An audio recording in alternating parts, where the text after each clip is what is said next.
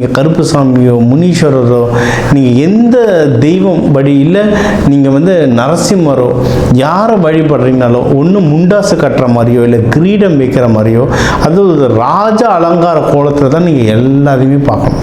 அந்த தெய்வங்கள் ராஜ அலங்கார கோலத்தில் பார்க்க நீங்கள் வாழ்க்கையில் ஒன்றும் நல்லா முன்னேறுவீங்க.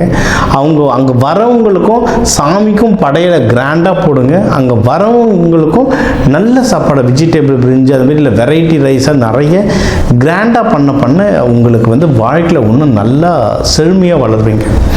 இதையும் தாண்டி உங்களுக்கு இன்னும் எனக்கு எப்படி பணம் சேர்க்கறது, எனக்கு எப்படி கடன் அடைக்கிறது, எனக்கு எதிரிகள் தொல்லையிலேருந்து எப்படி என்னை பாதுகாத்துக்கிறது, இதை பற்றிலாம் தெரிஞ்சுக்கணுன்னாலும் நம்ம நிறைய ட்ரைனிங் கொடுத்துட்ருக்கோம். தன ஆகர்ஷண ட்ரைனிங், நம்ம நவதானியங்களை வச்சு வீட்லேயே எப்படி நம்ம தோஷத்தெல்லாம் கழிச்சுக்கிறது, இந்த ட்ரைனிங்லாம் கொடுத்துட்ருக்கோம்.